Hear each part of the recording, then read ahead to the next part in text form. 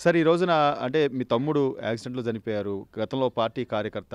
ఆయన సభ్యత్వం ఉన్నప్పుడు, సభ్యత్వం ఉండటం వల్ల కనీసం వాళ్ళ కుటుంబానికి ఒక రూ. 2,00,000 ఆర్థికంగా ఆదుకోవడం జరిగింది.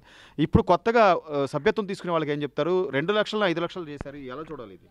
యాక్సిడెంట్‌లో చనిపోయారండి. బైక్ గుద్దుకొని చనిపోయారు. మా తమ్ముడి విషయంలో ఆ రోజు మనం పెట్టిన పథకం వల్ల 2,00,000 వచ్చినాయండి. ఆ 2,00,000 ఆ కుటుంబానికి, ఆ భార్యకి, పిల్లలకి బాగా ఉపయోగపడినాయండి. రూ. 100 ఏముందండి, ఇవాళ రూ. 100 కూరగాయలు కొంటే అయిపోతున్నాయి. ఆ రూ. 100 సభ్యత్వం చేస్తే 5,00,000 ఇస్తున్నారంటే మామూలు విషయమా చెప్పండి? చాలా గొప్ప విషయం అండి అది.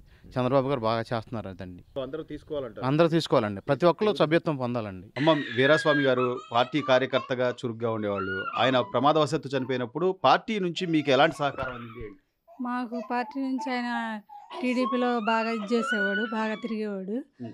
తెలుగుదేశం అంటే బాగా ఆయనకి అభిమానం. హ్మ్. మరి ఆయన చనిపోతే యాక్సిడెంట్ అయ్యి చనిపోయాడు. హ్మ్. చనిపోతే మాకు టీడీపీ వాళ్ళు 2,00,000 ఇచ్చారు. హ్మ్. అవి మాకు మా అమ్మాయి ఉంది కాబట్టి మరి మాకు పిల్లకి పెళ్లి చేసుకోవటం దీనికి అడ్డుపడ్డాయి. అంటే చంద్రబాబు నాయుడు గారు కార్యకర్తల గురించి ఆలోచిస్తారు. కార్యకర్తలకు సంబంధించి అంటే వాళ్ళ తదనంతరం వాళ్ళు మళ్ళీ వాళ్ళ కుటుంబాన్ని కూడా ఆదుకోవాలనే ఆయన ఆలోచన గాని దాన్ని ఎలా చూడాలంటారు? ఇప్పుడు దాకా అందరూ సభ్యత్వం చేరి అందులో ఉంటే మంచిది. హ్మ్. 5,00,000 చేశారంటున్నారు కాబట్టి హ్మ్. అందరికీ ఉపయోగపడతాయి. ఇట్టాగ ఏదన్నా జరిగితే. మా బాబు కూడా చేరాడు అనుకుంటాకండి. ఇప్పుడు 5,00,000 పెట్టి అంటే ఒక రూ. 100 పెట్టి మనం సభ్యత్వం తీసుకుంటే 5,00,000 ఇన్సూరెన్స్ వస్తుందంటే మంచిదే కదా! మంచిదేనండి. హ్మ్.